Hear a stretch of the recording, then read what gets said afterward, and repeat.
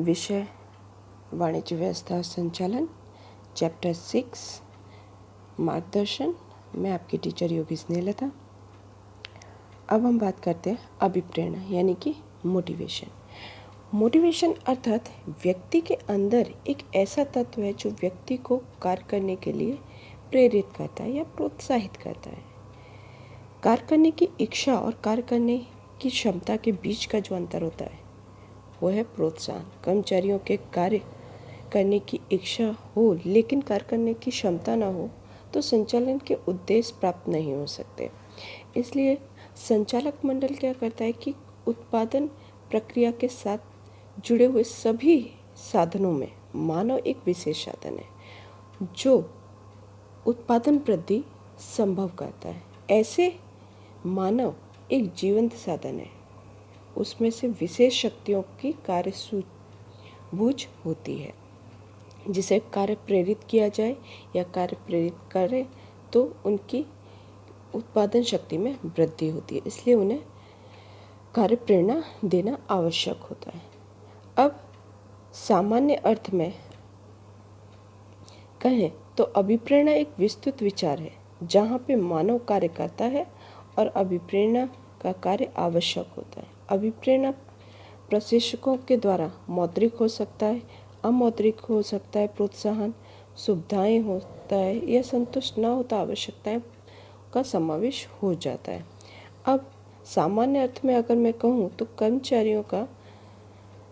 कर्मचारियों में अधिक कार्य करने की प्रेरणा जागृत करना अर्थात करना और महत्तम कार्य संतोष की उपलब्धि कराना या करवाना अर्थात अभिप्रेरणा।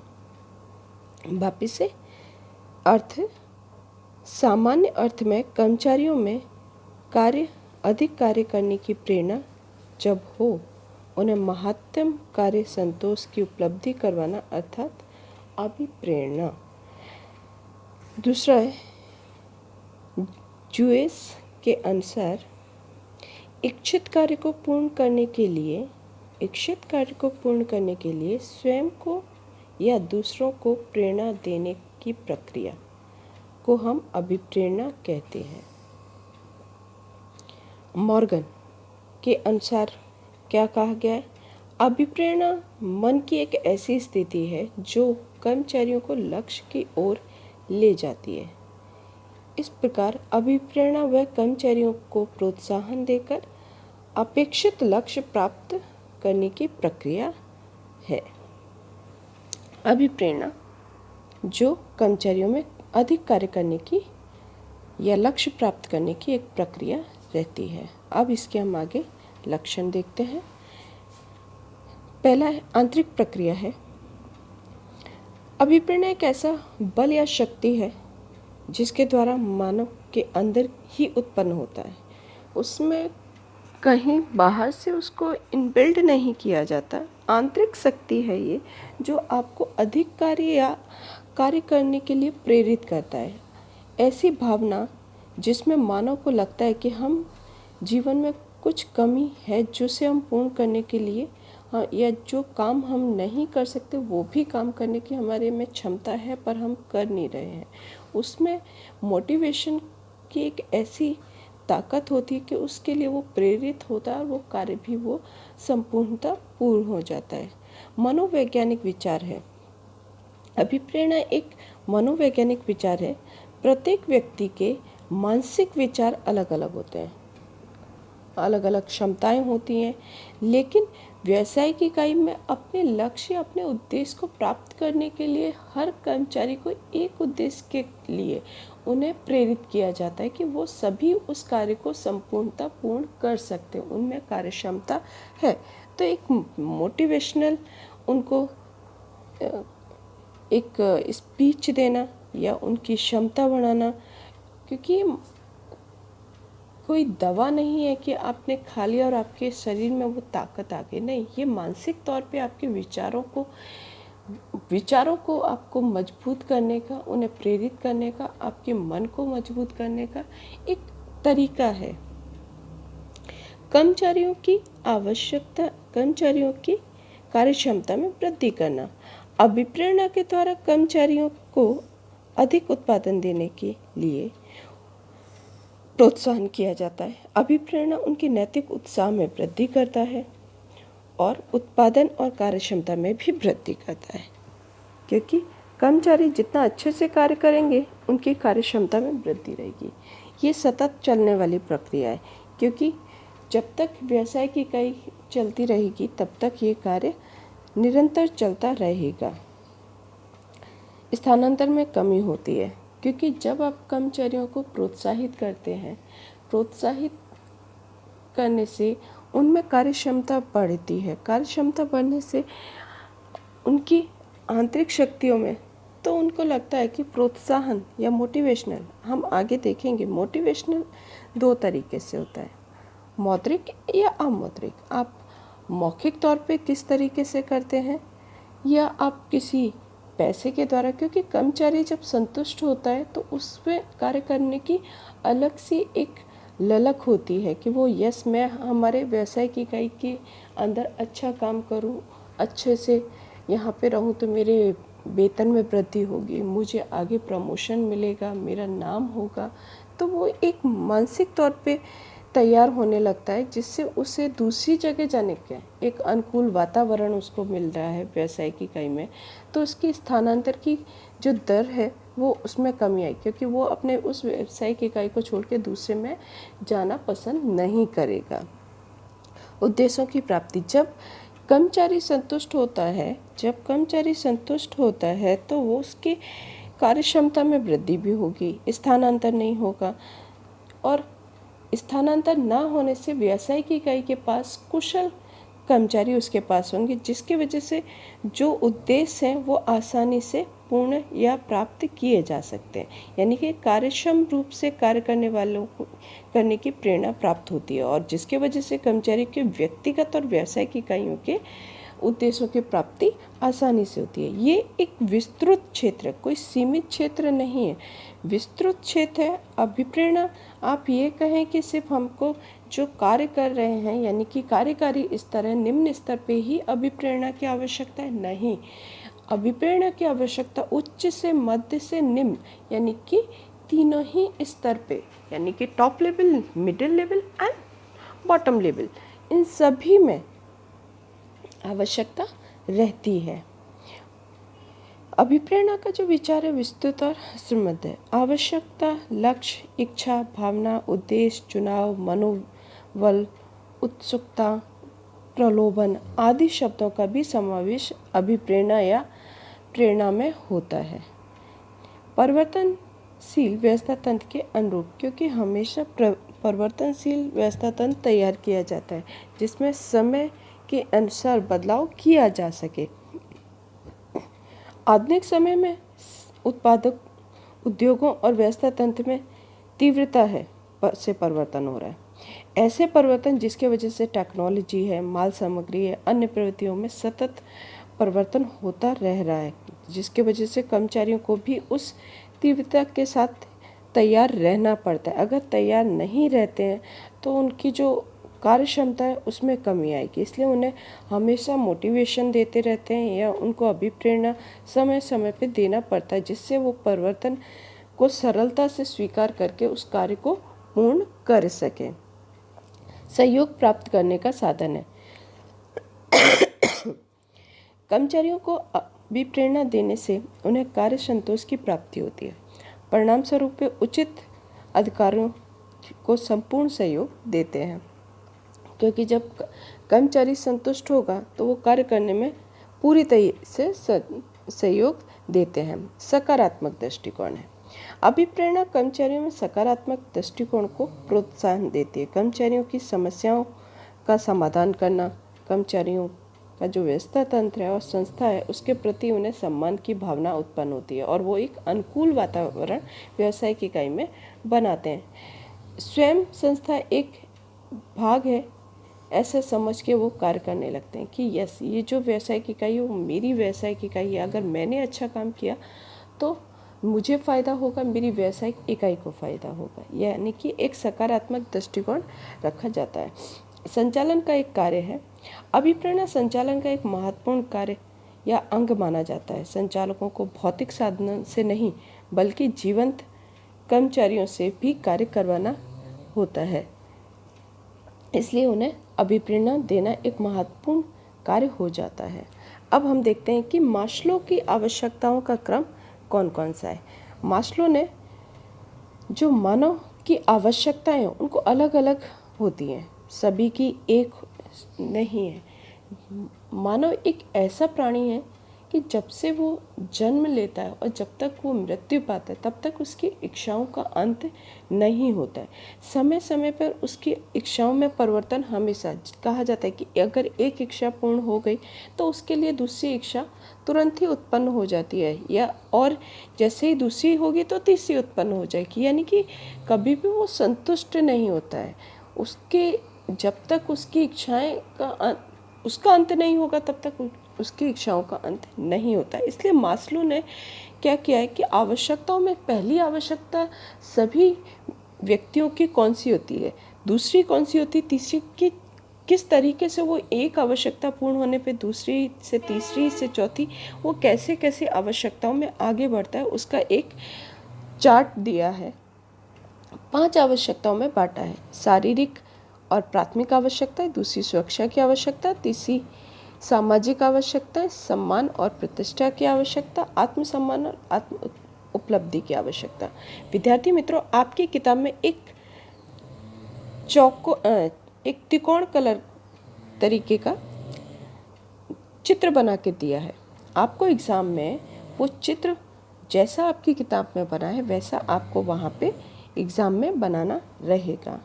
ओके, मैंने मेरे वीडियो में सिर्फ उसके पॉइंट लिखे हैं। आपको उस तरीके से चित्र बनाना आपके एग्ज़ाम में फ़ायदे में रहेगा, इसलिए आपको वो चित्र अवश्य अवश्य और अवश्य बनाना है। Okay, it's a compulsory. चलिए, तो शारीरिक अथवा प्राथमिक आवश्यकता पहली है। शारीरिक आवश्यकताओं में मनुष्य की मूलभूत आवश्यकताएं आती हैं, जिसमें मूलभूत आवश्यकताओं में कौन कौन सी है? भोजन है, पानी है, कपड़ा है, आवास है आदि का समावेश होता है। शरीर को टिकाए रखने के लिए भोजन की आवश्यकता रहती है। सबसे पहले अग्रता क्रम में प्रथम आवश्यकताओं में रहता है कि मनुष्य भोजन को प्राप्त करने को प्रावधान देता है कि सबसे पहले मुझे खाना मिल जाए। खाना मिल गया तो खाने के बाद वो सोचता है कि मुझे पहनने के लिए कपड़े मिले, रहने के लिए मकान मिले। जैसी जो प्राथमिक आवश्यकताएं हैं उनको वो पूर्ण करने में ज़्यादा महत्व पहले देता है। अगर वो संतुष्ट हो जाती हैं तब उनकी दूसरी आवश्यकताओं की तरफ उनका ध्यान जाता है। अगर वो ही संतुष्ट नहीं होते तो दूसरी आवश्यकताओं की तरफ उनका ध्यान नहीं जाना है। तो सबसे पहले वो सोचते हैं कि मुझे खाना, रहना, कपड़ा मिल जाए, वो सबसे उनकी प्राथमिक आवश्यकताएं होती हैं। जब ये पूर्ण होती हैं तो उनकी दूसरी आवश्यकता होती है कि सुरक्षा की आवश्यकता। सुरक्षा की आवश्यकता में शारीरिक या प्राथमिक आवश्यकताएं संतुष्ट हो जाएं तब अग्रता क्रम की दृष्टि से सुरक्षा की आवश्यकताएं आती हैं। यहाँ शारीरिक सुरक्षा, नौकरी की सुरक्षा, जोखिम के सामने उन्हें रक्षण, वेतन को नियमित रखना, बीमा लेता है इंसान, बैंक में पोस्ट डिपॉजिट करता है, खाता खुलवाता है, जैसे कार्य करता है जिससे उसको मानसिक और शारीरिक सुरक्षा आवश्यक रहे। यानी कि सुरक्षा कि वो व्यक्ति फाइनेंस तौर पे कभी तकलीफ़ हो तो उस तरीके से हम सभी लेते हैं। जैसे हम बीमा ले लेते हैं, हेल्थ इंश्योरेंस लेते हैं, दूसरी जगह हम सेविंग करते हैं कि भविष्य में ना जाने कब आवश्यकताएं, वो भी हमारी पहली आवश्यकता पूर्ण होने के बाद ही ये आवश्यकताएं आती हैं कि जिससे आने वाले समय में कोई समस्या आए तो उसे कैसे पूर्ण किया जा सकता है। तीसरी आती है सामाजिक आवश्यकता। जब सुरक्षा की आवश्यकता कंप्लीट हो जाती है तब आती है सामाजिक की आवश्यकता का क्रम। समाज में भावना और प्रेम का समावेश होता है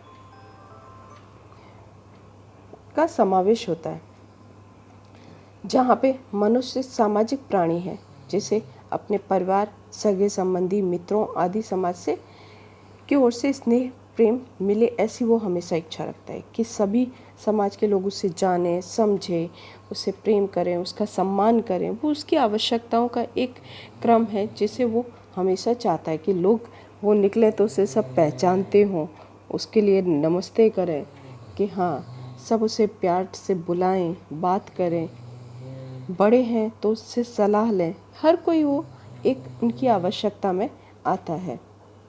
जब ये आवश्यकता, सामाजिक आवश्यकता पूरी हो जाती है, तब आती है सम्मान और प्रतिष्ठा की आवश्यकता।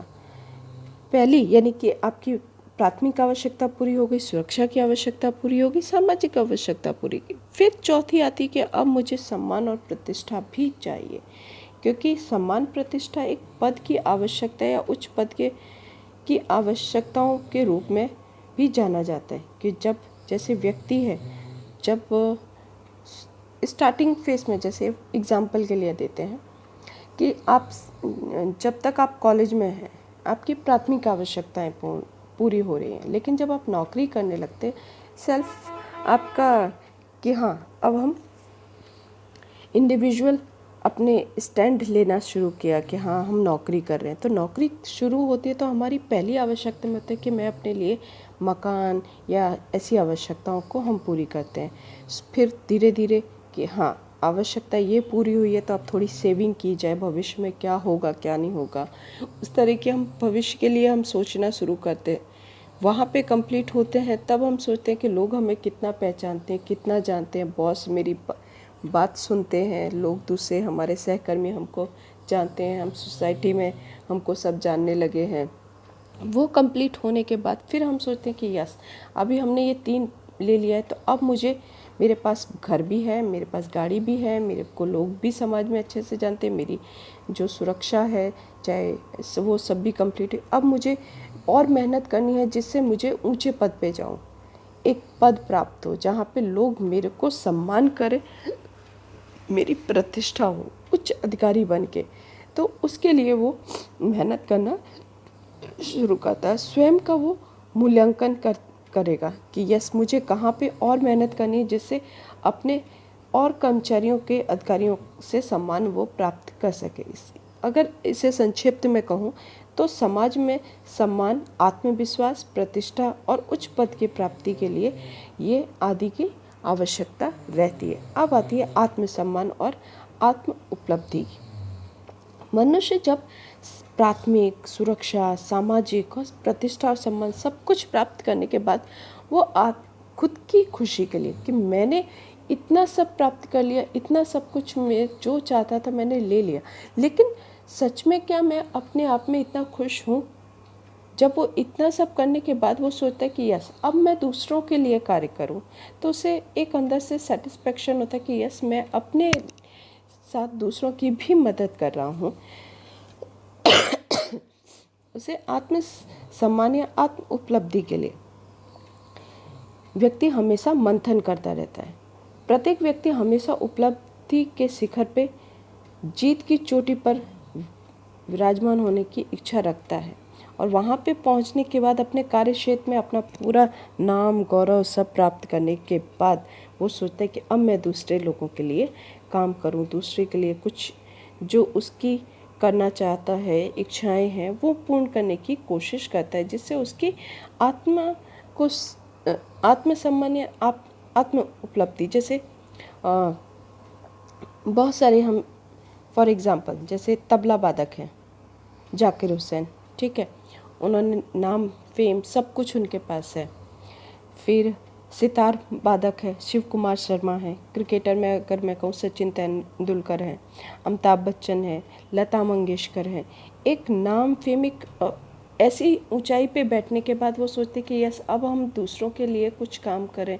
इस तरीके से उनकी आत्म उपलब्धि और आत्म संतोष के लिए वो कार्य कर रहे होते हैं।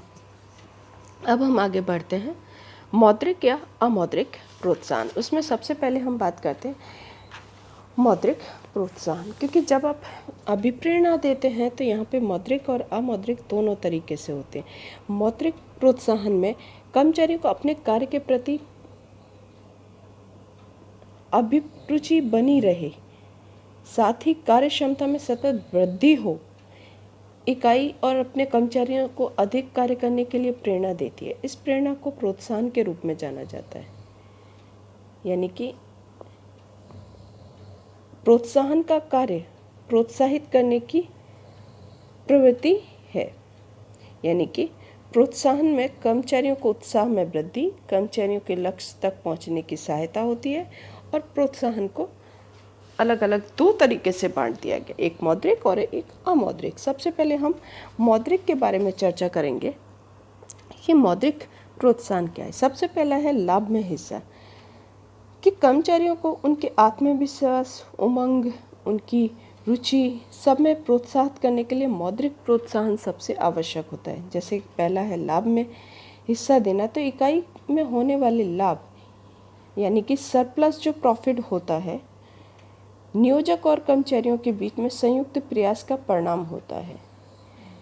अब उस परिणाम में से निश्चित भाग श्रमिकों को मौद्रिक के रूप में यानी वेतन में अधिक या अतिरिक्त चुकाया जाता है, तो उसे लाभ में हिस्सा कहा जाता है।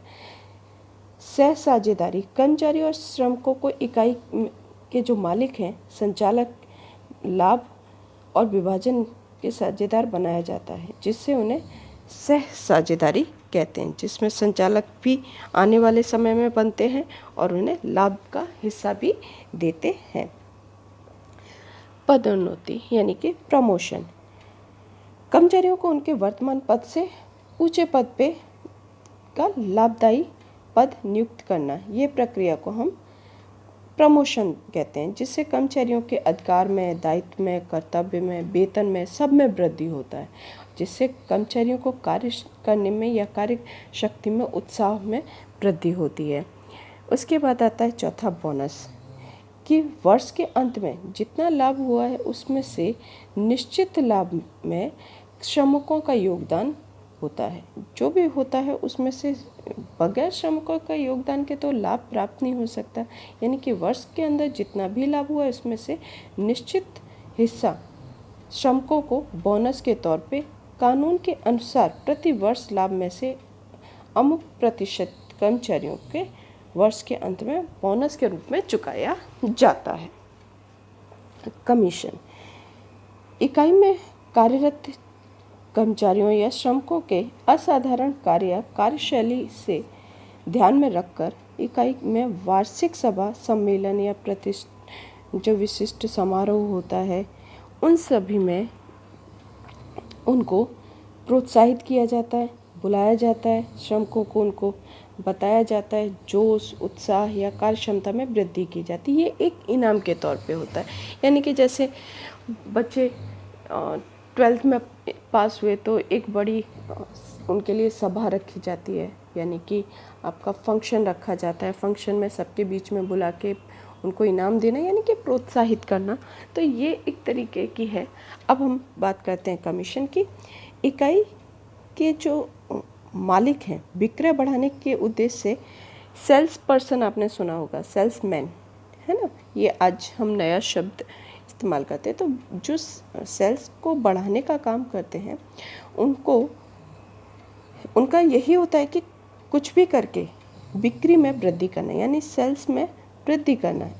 और सेल्स में वृद्धि जितना दर होगा उनका निश्चित होता है कि इतना दर बढ़ा तो आपको इतना दर कमीशन निश्चित आपको प्राप्त होगा। आपकी सैलरी, आपका सबसे अलग ये कमीशन आपको प्राप्त होगा। यानी कि जो भी विक्रय के साथ जुड़े हुए कर्मचारी हैं उनके द्वारा विक्रय में वृद्धि की जाती है। इसलिए मालिकों की ओर से उन्हें प्रोत्साहित या प्रोत्साहन के तौर पे कमीशन प्राप्त कराया जाता है। सलाह व सूचन, जब कर्मचारियों के पास व्यावसायिक इकाई से जुड़े बहुत सारा अनुभव प्राप्त हो जाता है तो वो उत्पादन प्रक्रिया में अच्छी समझ और कार्यक्षमता बन जाती है, जिसके द्वारा वो सलाह और सूचन अपने मालिकों को देते हैं। सलाह व सूचन लागत कम करना में सहायता देती है और सलाह सूचन से कर्मचारियों की मौद्रिक प्रोत्साहन भी प्राप्त होता है। अब बात करते हैं हम अमौद्रिक प्रोत्साहन की। अमौद्रिक प्रोत्साहन में कर्मचारियों को नौकरी की सुरक्षा देना, कि कर्मचारियों में वेतन प्राप्त हो, यह महत्वपूर्ण नहीं, बल्कि नौकरी की सुरक्षा महत्वपूर्ण है। नौकरी की सुरक्षा उत्साह के कार्य में प्रेरित करती है। दूसरी है कार्य का मूल्यांकन और सम्मान। जो कर्मचारी इकाई द्वारा निर्धारित किए गए लक्ष्यांक समय पर प्राप्त करते हैं, मितव्ययता यानी कि जो उनके साधन है उनके द्वारा ही वो कार्यक्षम रूप से पूर्ण करते हैं, ऐसे कर्मचारियों के सामाजिक रूप से सम्मान किया जाता है, जिससे कर्मचारियों में प्रोत्साहन होता है। दायित्व सौंपना कर्मचारियों को कार्य के लिए प्रोत्साहित करने के लिए कर्मचारियों को द्वारा अधीनस्थों के द्वारा कर्मचारी को प्रशिक्षण या मार्गदर्शन देने के लिए विशेष दायित्व सौंपा जाता है। जैसे आने वाले समय में सुपरवाइज़र को मैनेजर बनाना हो, फॉर एग्जांपल सुपरवाइज़र आने वाले समय में मैनेजर बनने की तैयारी रखता है, लेकिन उसे मैनेजर का कार्य कैसे किया जाता है, किस प्रकार से किया जाता है, कैसे वो दायित्व संभालते हैं, तो वो सीखने के लिए समय समय पर उनके कुछ दायित्व दिए जाते हैं, जिससे वो आने वाले समय के लिए वो तैयार हो सके, उनको सिखाया जा सके, तो वो एक उनको दायित्व सौंपा जाता है।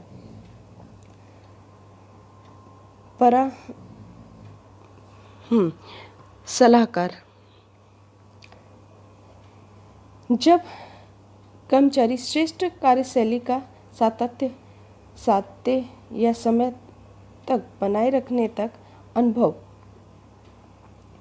देते हैं, तो कार्य संबंधी नीति निर्माण में उनकी सलाह ली जाती है। ऐसा हो तब कर्मचारियों के साथ कंपनी के महत्वपूर्ण हिस्सा या अनुभव प्राप्त करते हैं और उन्हें प्रोत्साहन करते हैं। कार्यकारी प्रवृत्तियां या सुविधाएं। कर्मचारियों के लिए कार्यकारी प्रवृत्तियां और सुविधाएं भी कार्य करने के लिए प्रेरित करती हैं। कर्मचारियों को वेतन के अलावा स्वास्थ्य सेवाओं से सस्ती कैंटीन की सुरक्षा देना, पुस्तकालय, वेतन सहित अवकाश, खेलकूद, मनोरंजन के कार्यों में दैनिक प्रशिक्षण का असंख्य कल्याणकारी प्रवृत्तियों का लाभ दिया जाता है, जिससे कर्मचारियों में उत्साह, धैर्य और कार्यक्षमता से अपना कार्य कर सकते हैं। अन्य प्रोत्साहन। उपयुक्त प्रोत्साहनों के अतिरिक्त कर्मचारियों को कार्य करने के लिए प्रोत्साहित करने के लिए दूसरे अन्य प्रोत्साहन भी दिए जाते हैं, जिसके अवकाश की सुविधा, जीवन बीमा की सेवा, बच्चों की शिक्षा की फीस, पुस्तकें, घर से इकाई तक आने जाने के वाहनों की सुविधाएं आदि देने से कर्मचारी मानसिक तौर पे अपने कार्य के लिए ज़्यादा वफादार होता है, क्योंकि उसे पता है कि मेरे परिवार की सुविधा सुरक्षा दी जा रही है, इसलिए वो अपने कार्य पे ज़्यादा फोकस करके अच्छे तरीके से इकाई के लिए वो कार्य कर सकता है। स्टूडेंट, यहाँ पे हम मौद्रिक और अमौद्रिक की हमने बात किया। अब नेक्स्ट वीडियो में हम इसके आगे पढ़ेंगे। Thank you.